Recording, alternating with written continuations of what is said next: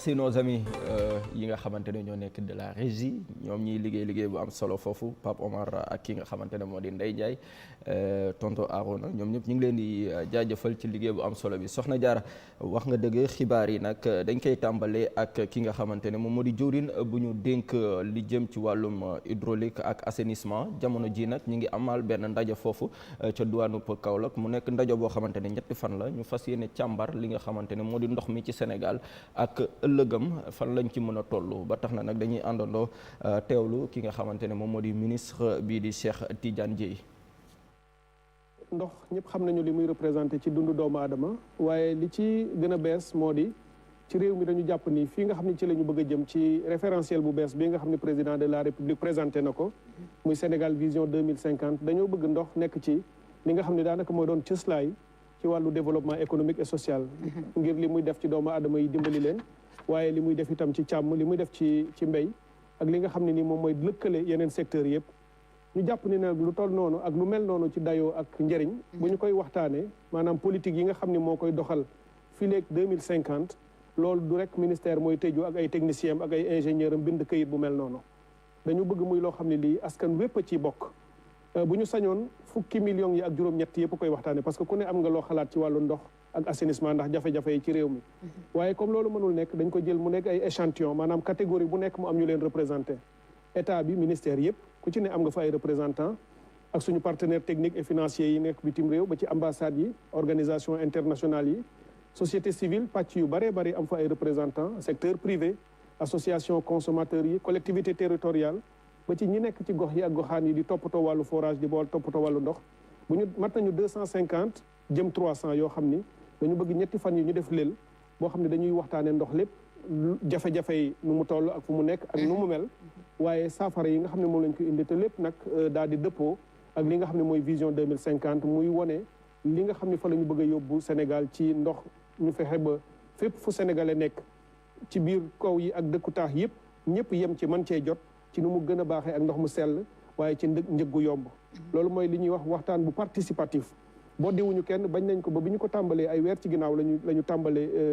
jëf jëm ci dañu fexe ba 14 régions yi bu ci nekk ñu defoon fa ay concertation ci gouverneurs yi ak acteurs ya fa nekk yëpp ñu waxtaanee ba tey ñoom ñëpp ñu ngi yónnee seen i rapport wax gox boobu région lan la ñu ko gisee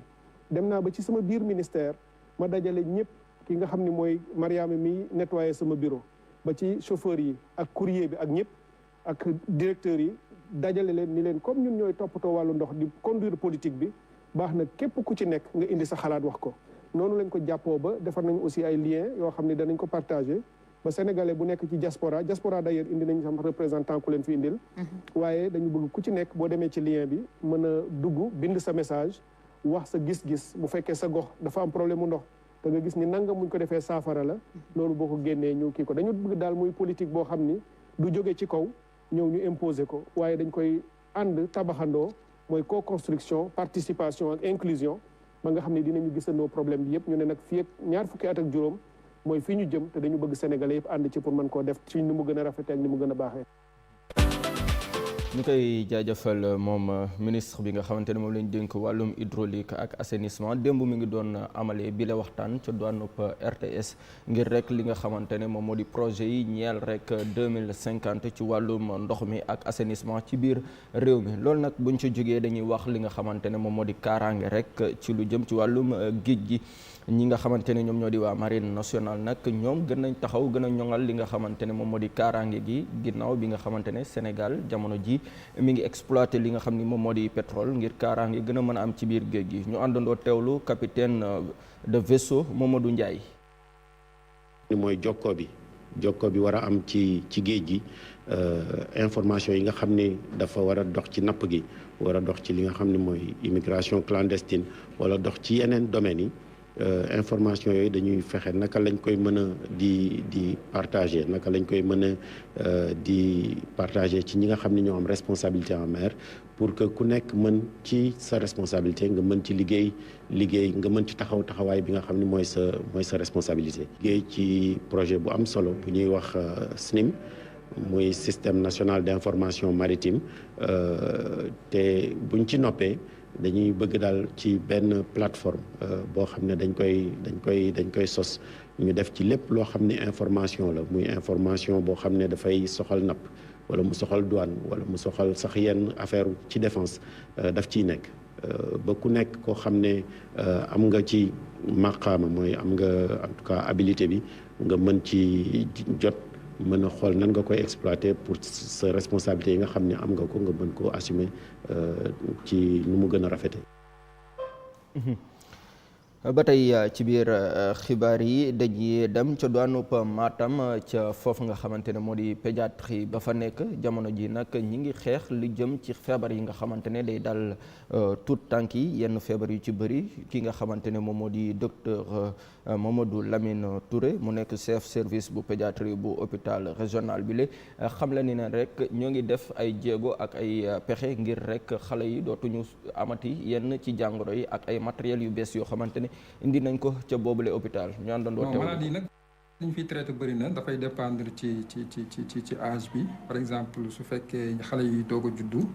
le plus souvent ñu fiy traité ay mooy prématurité lañ fiy traité ay xale yi nga xam ne nii dañuy juddu te waxtu bi ñu juddu jotul matuñu wala ñi nga xam ne ay faible poids de naissance lañu toppee donc ay xale yi nga xam ne dañoo juddu am infection wala xale yi juddu ba pare jot infection les infections néonatales ñu naan les cas d'asphyxie yi nga xam ne xale yi nga xam ne dañuy judd parfois